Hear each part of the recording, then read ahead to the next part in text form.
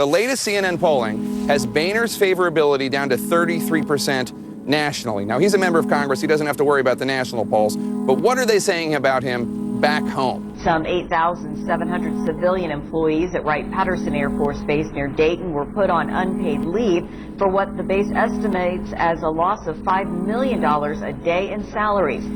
The government shutdown means many things, including national parks and museums are closed, including the Air Force Museum at Wright-Pat in Dayton. A veteran who has dreamed for 50 years of seeing the plane that he flew during World War II was denied entrance to the Air Force Museum in Dayton today. The former pilot traveling from New York with his wife and 2 adult sons to see the B-26, but he was tearfully turned away. The Pittsburgh District Office confirms the day-use areas like this one at Berlin Lake are not open to the public. The shutdown is affecting non-federal agencies here in the Miami Valley.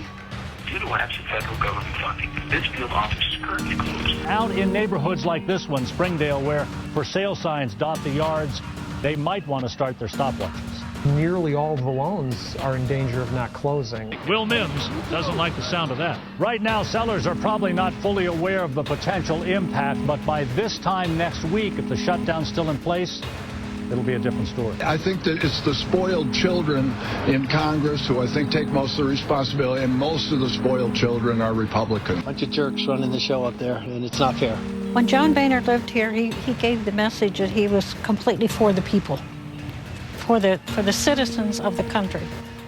Since he's been in Washington, I don't know, it just seems like sometimes he goes completely the other direction. It's like the Hatfields and McCoys fighting with each other all the time. Get your act together. More moderate Republicans are calling for a spending bill that does not include changes to Obamacare. It would likely pass and end the shutdown, but for now, the Speaker of the House is not putting that option on the floor. Mr. Speaker, will there be a default? Can you guarantee there won't be a default?